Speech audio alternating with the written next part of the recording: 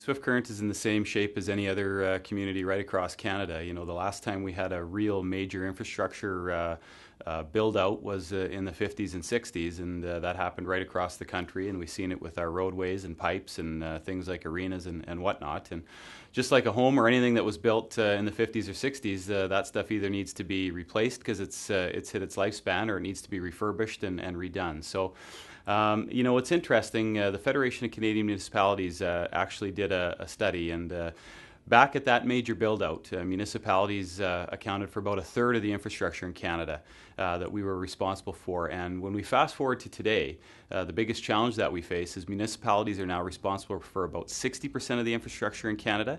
But if you look at the tax dollar that every Canadian pays, only about 8 cents of every tax dollar goes to municipalities, and the rest, of course, goes to federal and provincial governments. So we're trying to do a lot with very few dollars, so we're always dependent on other levels of government for partnership and whatnot. But you know, what our objective is to continue to make sure that you know, at this time in the life cycle of our infrastructure, that we continue to make sure we're updating and replacing it. The challenge with the word infrastructure is everybody identifies it sort of with current things. Like if you're driving and you hit a pothole, you think infrastructure is just the streets, but really it's your parks, it's your arenas, it's everything that a city does, producing water and getting rid of the wastewater. So we've made major investments in infrastructure, whether it's hospitals or water treatment, wastewater treatment plants, landfills, arena upgrades, things like that. So we're pretty fortunate.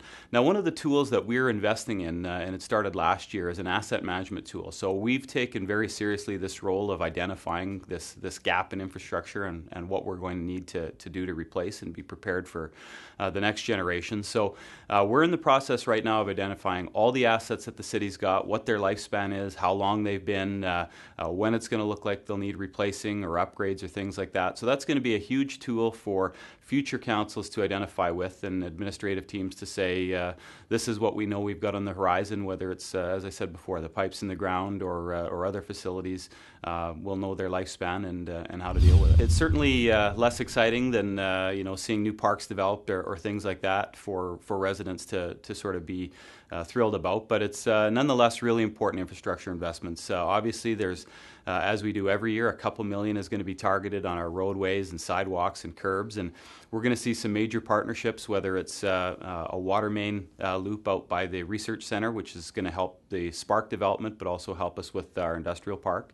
Whether it's the resurfacing of Memorial Drive, funds coming from the provincial government down through the municipality. And then, of course, accessibility issues at our IPLEX. You know, we left out things like an elevator for those with